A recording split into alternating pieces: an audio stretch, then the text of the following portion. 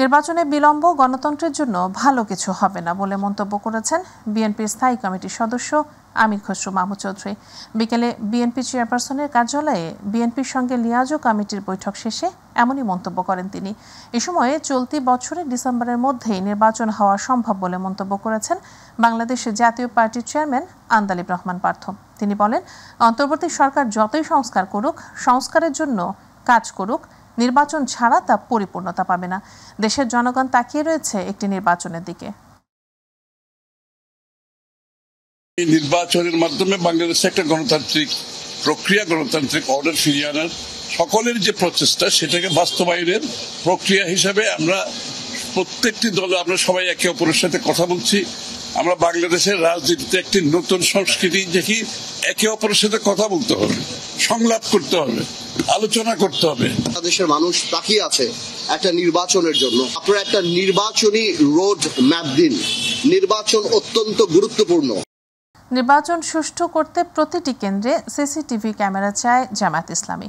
দুপুরে মগবাজারে দলটির কার্যালয়ে জামায়াত আমির ডাক্তার শফিকুর রহমানের সাথে ইউরোপীয় ইউনিয়ন ইইউ এর রাষ্ট্রদূত মাইকেল মিলারের সাক্ষাতের পর দলটির নায়েবে আমির সৈয়দ আবদুল্লাহ মোহাম্মদ তাহের একথা জানান। বলেন, পারস্পরিক সম্পর্ক, বন্ধুত্ব ও কাজের ক্ষেত্রে সহযোগিতা নিয়ে আলোচনা হয়েছে।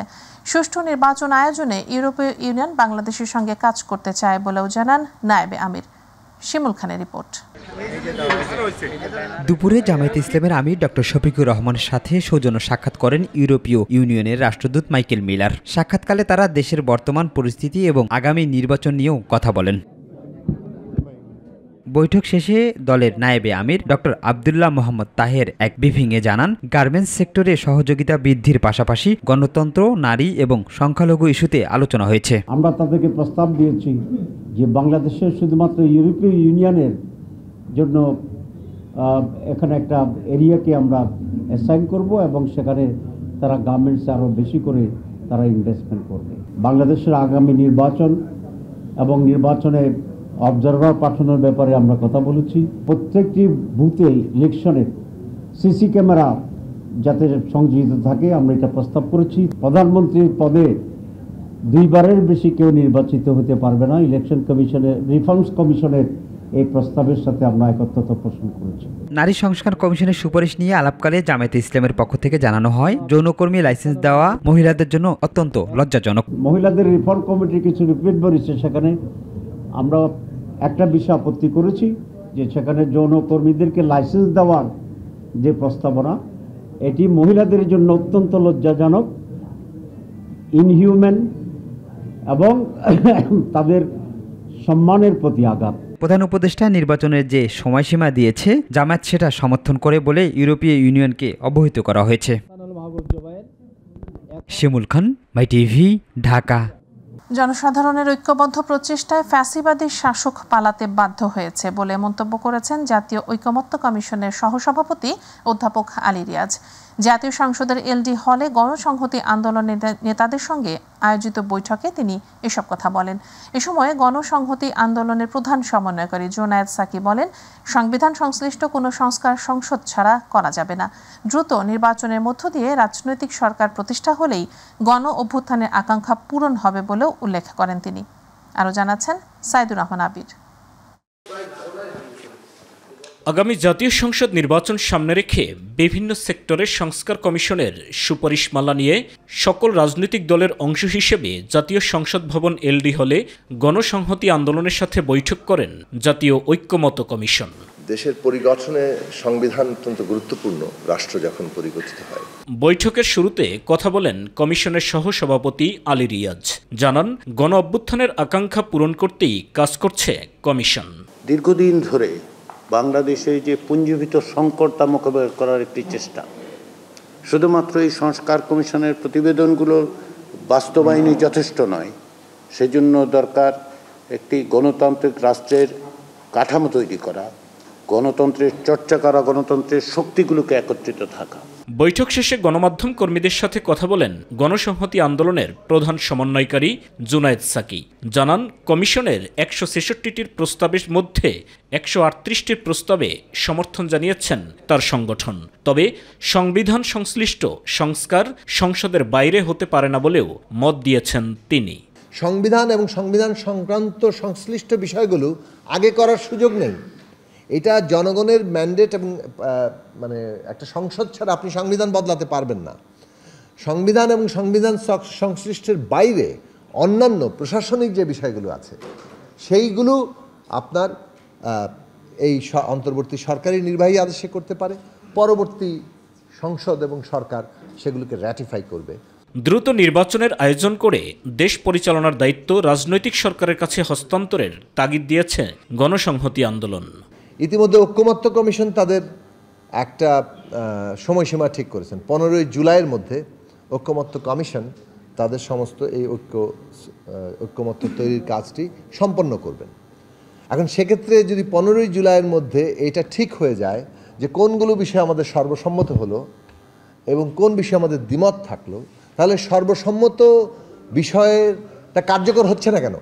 ফলে নির্বাচনের সুনির্দিষ্ট তারিখ অন্তর্বর্তী সরকার ঘোষণা করবেন এবং সেই ঘোষণাটা আসলে মানে যদি তারা কথার কথা যে তাদের আর্লিয়েস্ট টাইম ডিসেম্বরের পরে নিতে হয়, তাহলে কেন তারা ডিসেম্বরের পরে নেবেন সেটা তো আমাদেরকে পরিষ্কার করতে হবে, জানাতে হবে। পরে জেএসডির সাথে বৈঠক করেন জাতীয় ঐক্যমত্য কমিশন।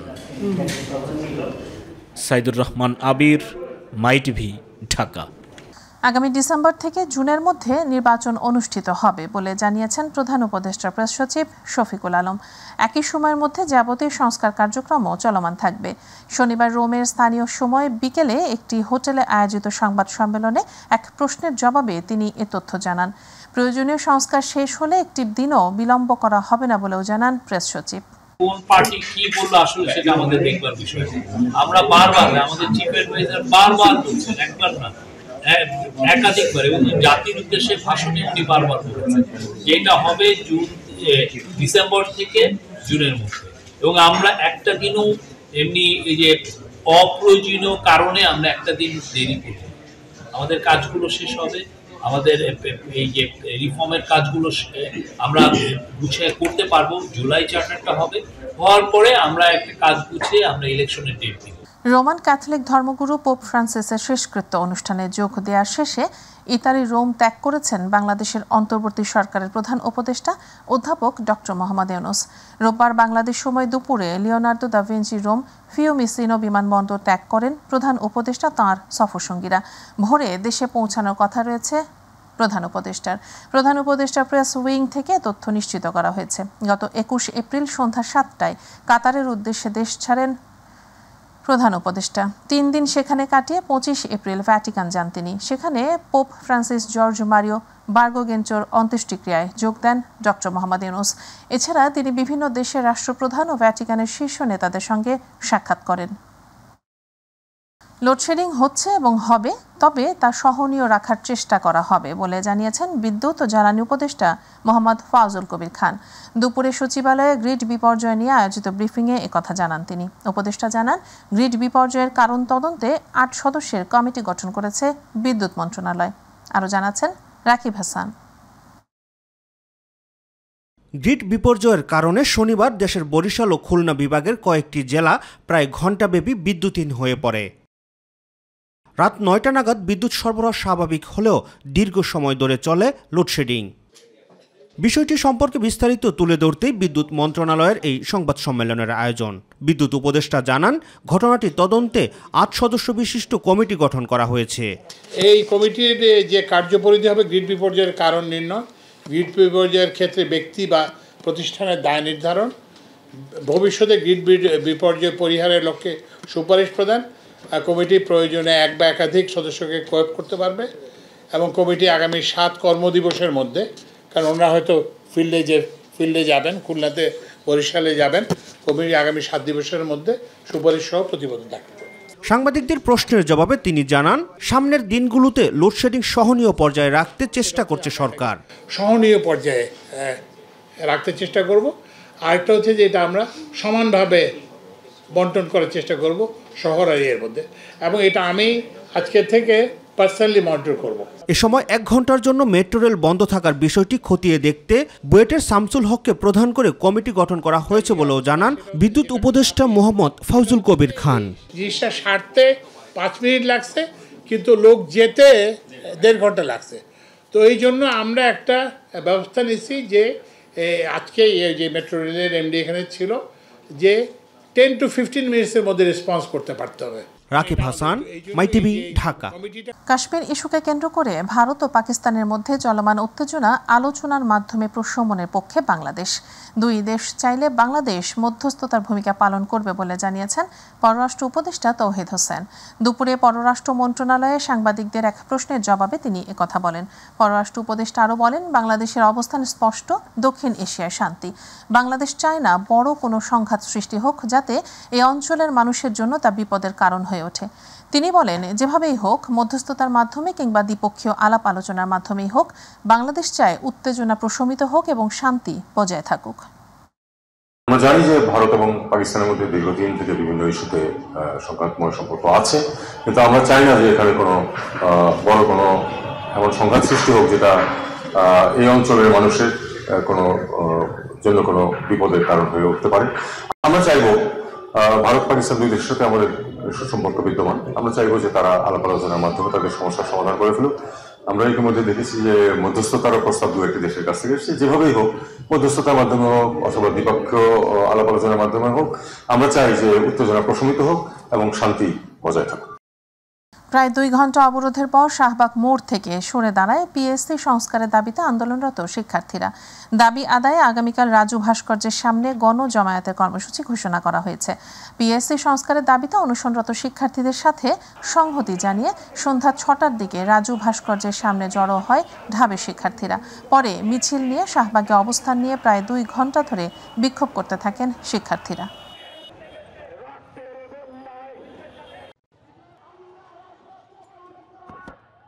আগামীকালকে কেন্দ্রীয়ভাবে ঢাকা বিশ্ববিদ্যালয়ের রাজু ভাস্কর্যের সামনে এই পিএসসি সংস্কারের 8 দফা দাবি আদায়ে অনশনকারীদের সাথে সংহতি জ্ঞাপনে গণজমায়েত এবং বাংলাদেশের সকল শিক্ষা প্রতিষ্ঠানের প্রত্যেকটা জায়গায় আমরা তাদেরকে তাদের সুবিধা অনুযায়ী কর্মসূচি পালন করার জন্য আমরা আহ্বান জানাচ্ছি। বাবার কবরের পাশেই চিরনিদ্রায় শায়িত হলো জুলাই আন্দোলনে ঢাকায় পুলিশের গুলিতে শহীদ হওয়া পটুয়াখালীর দুমকি উপজেলার জসিমউদ্দিনের মেয়ে লামিয়া। পটুয়াখালীর পাঙ্গাশিয়া ইউনিয়নে জানাজা শেষে তাকে দাফন করা হয়। জানাজা ও দাফনে উপস্থিত ছিলেন বিএনপির সিনিয়র যুগ্ম মহাসচিব রুহুল কবির রিজভী আহমেদ এবং এনসিপির উত্তরাঞ্চলের মুখ্য সমন্বয়ক সার্জিস আলম।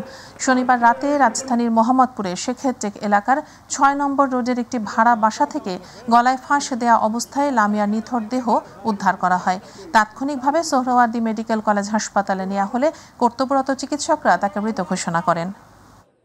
তার যে পৃথিবী থেকে চলে যাওয়া, তার এই যে মৃত্যু, এর মধ্যে দিয়ে গোটা জাতির সামনে একটা বড় প্রশ্ন হয়ে দাঁড়িয়েছে যে জন্য 5ই আগস্টের যে মহাবিপ্লব ঘটলো সেটা তো কিছু না, সেটা হচ্ছে আমরা গণতন্ত্র প্রতিষ্ঠা করতে চাই। যে 90 দিনের যে সময়, তার মধ্যে আমরা তাদের মৃত্যুদণ্ড দেখতে চাই এবং এই মৃত্যুদণ্ড যদি প্রকাশ্যে আমাদের সামনে নাও দেওয়া হয়, তাহলে তাদের ওই মৃত্যুদণ্ড দেওয়ার যে চিত্র, সেই ছবি এবং ভিডিও পুরো পৃথিবীর সামনে আসা দরকার। তাহলে আগামীতে আর কোনো নরপিশাচ, যাদের কারণে আমরা আমাদের বোন আসিয়া লামিয়াদেরকে হারিয়েছি, তারা এই বাংলাদেশে আর জন্ম নেবে না। মাগুরায় আলোচিত শিশু ধর্ষণ ও হত্যা মামলায় সাক্ষ্য গ্রহণের মধ্য দিয়ে বিচার কার্যক্রম শুরু হয়েছে। রোববার মাগুরা নারী ও শিশু নির্যাতন দমন ট্রাইব্যুনালে মামলার প্রথম দিনের শুনানি সম্পন্ন হয়। মামলার সাক্ষ্য গ্রহণ করাকে কেন্দ্র করে আদালত চত্বরে নেওয়া হয়েছে বাড়তি নিরাপত্তা ব্যবস্থা। এ সময় সাক্ষ্য গ্রহণ করার সময় আসামি পক্ষের আইনজীবী নিরাপত্তার কারণে আদালতে কোনো যুক্তিতর্কে অংশ নেননি। গত 13 এপ্রিল মাগুরায় আলোচিত শিশু ধর্ষণ ও হত্যা মামলার চার্জশিট আদালতে দাখিল করে পুলিশ। বিপ্লবী ওয়ার্কার্স পার্টির সাধারণ সম্পাদক সাইফুল হক বলেছেন, চীন বিরোধী অর্থনৈতিক বলয় তৈরি করার চেষ্টা চলছে। সে বিষয়টি বৈঠকে উঠে এসেছে। রাজধানী গুলশানের ওয়েস্টিন হোটেলে ঢাকা সফররত চীনের ক্ষমতাসীন কমিউনিস্ট পার্টির একটি প্রতিনিধি দলের সঙ্গে ওয়ার্কার্স পার্টির বৈঠক শেষে একথা জানান তিনি। বলেন, চীনের ভিসা সহজ করার জন্য আলোচনা করা হয়েছে। এছাড়া চিকিৎসার ক্ষেত্রে এবং ছাত্ররা যাতে সহজে চীনে যেতে পারে সে বিষয়ে বৈঠকে আলোচনা হয়েছে বলে জানান সাইফুল হক। এবং আমরা বলেছি, আমরা আমাদের ন্যায্যতা সমমর্যাদার ভিত্তিতে পারস্পরিক জনগণ এবং দেশের উন্নয়ন হতে পারে সেভাবে আমরা উন্নয়নের সমস্ত ক্ষেত্রে আমরা সহযোগিতার ক্ষেত্রটাকে আমরা আরও বাড়াতে চাই। ইন্দো প্যাসিফিক অঞ্চলে একটা চীন বিরোধী অর্থনৈতিক সামরিক জোট যেটা গড়ে তোলবার প্রচেষ্টা, সেখানে তারা আমাদের সাথে একমত হয়েছেন যে বাংলাদেশ আমরা কোনো আধিপত্যবাদী, কোনো সাম্রাজ্যবাদী, আমরা কোনো জোটের নিশ্চয়ই বাংলাদেশ অংশ হবে না। চীন কোনো দেশের অভ্যন্তরীণ বিষয়ে হস্তক্ষেপ করে না, জামাতের সঙ্গে বৈঠকে এমনটি জানিয়েছেন চীনের কমিউনিস্ট পার্টির প্রতিনিধি দল। রাজধানীর গুলশানের ওয়েস্টিন হোটেলে ঢাকা সফররত চীনের ক্ষমতাসীন কমিউনিস্ট পার্টির প্রতিনিধি দলের সঙ্গে বৈঠক শেষে জামায়াতে ইসলামীর নায়েবে আমির ডাক্তার সৈয়দ আব্দুল্লাহ মোহাম্মদ তাহের একথা জানান। বাংলাদেশের রোহিঙ্গারা মানবেতর জীবনযাপন করছেন, তাদের জন্মভূমিতে ফিরিয়ে দেওয়ার বিষয়ে আলোচনা হয়েছে বলেও জানান তিনি। এ বিষয়ে তারা উদ্যোগ গ্রহণ করার চেষ্টা করবে বলে বৈঠকে জানিয়েছেন, বলেন আব্দুল্লাহ মোহাম্মদ তাহের।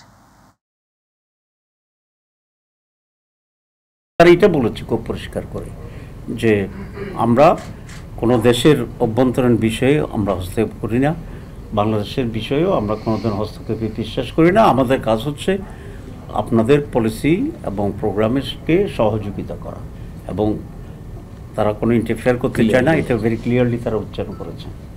সমাধান হচ্ছে রোহিঙ্গাদেরকে তাদের নিজ ভূমিতে রিপেট্রিয়েট করা, এবং সেজন্য আমরা একটা প্রস্তাবও দিয়েছি।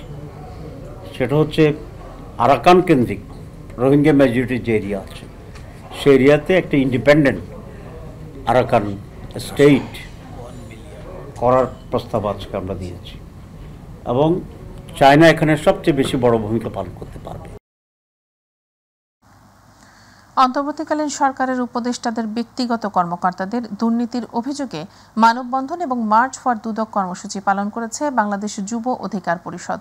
এ সময় নেতাকর্মীরা দুদকের উদ্দেশ্যে পদযাত্রায় অংশ নিয়ে বিক্ষোভ প্রকাশ করেন। তারা দুর্নীতির সঠিক তদন্তের মাধ্যমে দৃষ্টান্তমূলক শাস্তি দাবি করেন।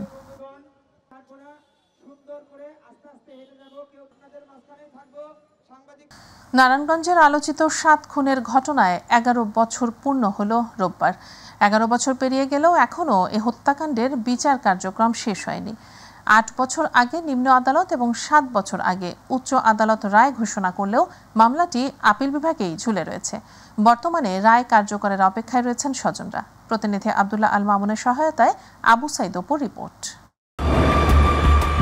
2014 সালের 27 এপ্রিল নারায়ণগঞ্জ আদালতে মামলায় হাজিরা দিয়ে সেদিরগঞ্জ মিজমিছি পশ্চিমপাড়া এলাকায় নিজ বাসভবনে ফেরার পথে অপহরণ হন সিটি কর্পোরেশনের তৎকালীন প্যানেল মেয়র ও 2 নং ওয়ার্ড কাউন্সিলর নজরুল ইসলাম, আইনজীবী চন্দন কুমার সরকার, নজরুলের বন্ধু মনিরুজ্জামান স্বপন, তাজুল ইসলাম, লিটন, জাহাঙ্গীর আলম ও চন্দন সরকারের গাড়ি চালক মোহাম্মদ ইব্রাহিম। এর 3 দিন পর 30 এপ্রিল 6 জন এবং 1 মে একজনের মরদেহ সেদিরগঞ্জের শীতলক্ষায় ভেসে ওঠে। আর এই ঘটনায় নজরুল ইসলামের স্ত্রী সেলিনা ইসলাম বিউটি ও চন্দন সরকারের জামাতা বিজয় কুমার পাল বাদী হয়ে ফতুল্লা থানায় 2টি মামলা করে। 2017 সালের 16 জানুয়ারি মামলার রায়ে 26 জনকে মৃত্যুদণ্ড ও 9 জনকে বিভিন্ন মেয়াদে কারাদণ্ড দেওয়া হয়। পরে রায়ের বিরুদ্ধে হাইকোর্টে আপিল করেন 28 আসামি। 2028 সালের 22 আগস্ট বিচারিক আদালতে মৃত্যুদণ্ডাদেশ পাওয়া 11 আসামিকে যাবজ্জীবন এবং বাকি 15 জনের মৃত্যুদণ্ড বহাল রাখেন হাইকোর্ট।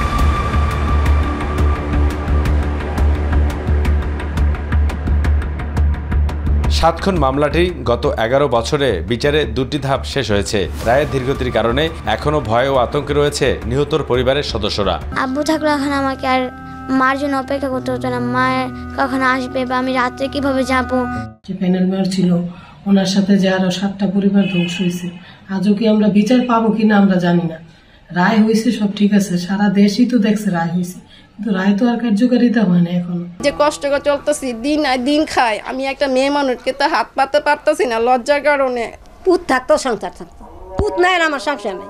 রায়টা দিলে আমরা মন থেকে একটু শান্তি পাবো, কিন্তু সন্ধ্যার তো আর পাবো না। সর্বশেষ 2018 সালের 22 আগস্ট 25 আসামির মধ্যে 15 জনকে মৃত্যুদণ্ড, 11 জনকে যাবজ্জীবন এবং 9 জনকে বিভিন্ন মেয়াদে কারাদণ্ড দেন উচ্চ আদালত। ITV, ঢাকা। বাংলাদেশ বিমান বাহিনীর বার্ষিক মহড়া আকাশ বিজয় 2025 দেশের সকল প্রধান ঘাঁটি, বিভিন্ন স্টেশন ও ইউনিটে অনুষ্ঠিত হয়েছে। মহড়ার উল্লেখযোগ্য অংশ হিসেবে বিমান বাহিনীর বৈমানিকগণ আকাশযুদ্ধের বিভিন্ন প্রকার রণকৌশল অনুসরণ করে যুদ্ধ বিমানের মাধ্যমে আক্রমণ, শত্রু বিমান শনাক্তকরণ, আকাশ থেকে শত্রু কবলিত স্থান পর্যবেক্ষণ, রসদ সরবরাহ, সৈন্য ও যুদ্ধাস্ত্র স্থানান্তর, স্পেশাল অপারেশন, অনুসন্ধান ও উদ্ধার সহ সকল ধরনের অপারেশন পরিচালনা করছেন। মহড়ার সার্বিক পরিস্থিতি পর্যবেক্ষণ এবং প্রয়োজনীয় দিক নির্দেশনা প্রদানের লক্ষ্যে বিমান বাহিনী প্রধান air chief marshal Hasan Mahmud Khan রবিবার air command operation centre, air defence operation centre, বিমান বাহিনী ঘাঁটি বাসার, বিমান বাহিনী ঘাঁটি AK খন্দকার, বিমান বাহিনী ঘাঁটি জহুরুল হক ও বিমান বাহিনী ঘাঁটি বীরশ্রেষ্ঠ মতিউর রহমান এ বিভিন্ন প্রকার বিমানের মহড়া এবং অন্যান্য অপারেশন ও মেইনটেনেন্স কার্যক্রম সরেজমিনে পরিদর্শন করেন। ভারত পাকিস্তানের নিয়ন্ত্রণ রেখায় আবারও গোলাগুলির ঘটনা ঘটেছে। ভারত অভিযোগ করেছে পাকিস্তানি সেনারা নিয়মিত নিয়ন্ত্রণ রেখা বরাবর যুদ্ধবিরতি লঙ্ঘন করে আসছে, তবে পাকিস্তানের পক্ষ থেকে এখনও এ বিষয়ে কোনো মন্তব্য করা হয়নি। এদিকে পানি প্রবাহ ঘুরিয়ে দেওয়ার চেষ্টা করলে সর্বোচ্চ শক্তিতে জবাব দেওয়ার হুঁশিয়ারি পাক প্রধানমন্ত্রীর। জোবায়ের রহমানের আরেকটি রিপোর্ট। ভারত শাসিত কাশ্মীরে বন্দুকধারীদের হামলার পর পাকিস্তান ও ভারতের মধ্যে সম্পর্কের বেশ অবনতি হয়েছে। পাল্টাপাল্টি পদক্ষেপে উত্তেজনা কার্যত চরমে পৌঁছেছে এবং এর মধ্যেই সীমান্তে ভারত ও পাকিস্তানের সেনাদের মধ্যে আবারও গোলাগুলির ঘটনা ঘটেছে। এ নিয়ে টানা 3 রাত ধরে কাশ্মীর সীমান্তে ভারত ও পাকিস্তানের সেনাদের মধ্যে গোলাগুলির ঘটনা ঘটল। রোববার এক প্রতিবেদনে এ তথ্য জানিয়েছে ভারতীয় সংবাদ মাধ্যম NDTV। অবশ্য ভারতীয় গণমাধ্যমের গোলাগুলির বিষয়ে বরাবরের মতো পাকিস্তানকে দোষারোপ করা হলেও পাকিস্তানের পক্ষ থেকে বা দেশটির সংবাদ মাধ্যমে এখনও এ বিষয়ে কোনো তথ্য পাওয়া যায়নি। কাশ্মীরে হামলার পর পাকিস্তানের সঙ্গে ঐতিহাসিক সিন্ধু পানি বন্টন চুক্তি বাতিল করেছে ভারত। অন্যদিকে পাকিস্তান আগেই পাল্টা হুঁশিয়ারি দিয়ে বলেছে পানি আটকে দেওয়ার যে কোনো পদক্ষেপ যুদ্ধের ঘোষণা হিসেবে গণ্য হবে। এমন অবস্থায় সিন্ধু নদের পানি ইস্যুতে আবারও কড়া বার্তা দিয়েছে পাকিস্তান। দেশটির প্রধানমন্ত্রী শেহবাজ শরীফ বলেছেন পাকিস্তান যে কোনো মূল্যে পানির অধিকার রক্ষা করবে। শনিবার এ তথ্য জানিয়েছে পাকিস্তানি সংবাদ মাধ্যম জিও নিউজ। জোবায়ের রহমান, মাই টিভি নিউজ।